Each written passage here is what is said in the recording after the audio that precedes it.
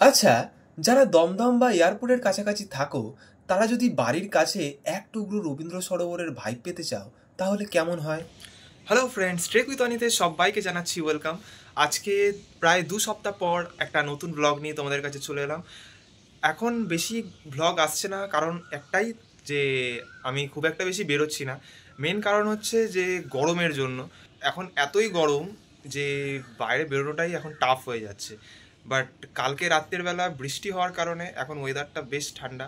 আর আজকে রবিবার, সকালবেলা ভালোই হলো, তো ছুটিও আছে আর ওয়েদারটা ঠান্ডা, তাই ভাবলাম চলো ঘুরে আসা যাক। তো নিচে সৃজন দাঁড়িয়ে আছে, ওয়েট করছে। তো চলো আজকের ব্লগটা শুরু করা যাক। খুব একটা ঠিক প্ল্যান নেই যে কোথায় যাব, বাট চলো সকালবেলা একটু ঘুরে আসি, ভালো লাগবে। এখন বাজে হচ্ছে, দেখতেই পাচ্ছ, ঠিক এখন 6টা বেজে গেছে। তো চলো ঘুরে আসা যাক। আজকের সকালটা ছিল খুব ফ্রেশ অ্যান্ড কোজি, তাই আজকের দিনে রাইডে না বেরিয়ে পারলাম না। সৃজনও এসে গেছে, তো আর দেরি না করে বেরিয়ে পড়লাম আমাদের দুটো বিস্টকে নিয়ে। বাড়ি থেকে বেরিয়ে নাগেরবাজার মোড় থেকে যে রাস্তাটা পাতিপুকুর বা লেক টাউনের দিকে যাচ্ছে, সেই রাস্তাটা ধরলাম।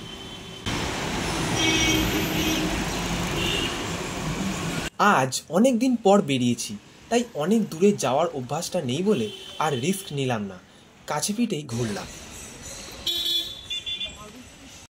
ঘুরতে ঘুরতে এখন এসে গেছি আমি এখন লেক টাউনে চলো একটা ভালো মর্নিং ওয়াকের জায়গা বা ভালো একটা ঘোরার জায়গা আছে, টাইম কাটানো যাবে খুব ভালো।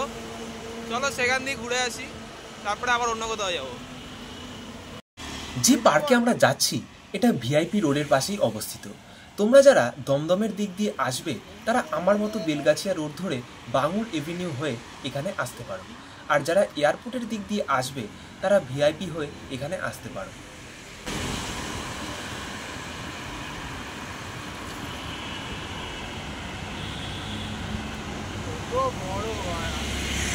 চলে এসছি এখন আমি ঝিলিকাতে, সাইকেলটাকে পার্ক করে দিয়ে চলো ভিতরে যাওয়া যাক। যারা ভিআইপির ওপারে নামবে, তারা সাবওয়ে দিয়ে এই পারে চলে আসতে পারো খুব ইজিলি। সাবওয়েটা পুরো ফাঁকা দেখতে পাচ্ছ, আর আমি যেই এখানে পাটা দিলাম, সাথে সাথে এসকেলেটরটা চালু হয়ে গেল। এই সিস্টেমটা বেশ ভালো, কারেন্টটা পুড়বে না, যখন কেউ আসবে তখন চালু হবে, নালে অফ থাকবে। মাটির তলা থেকে শক্তিমানের পোজ দিয়ে উঠে এলাম মাটির উপরে। চলো এবার যাওয়া যাক ঝিলিকাতে।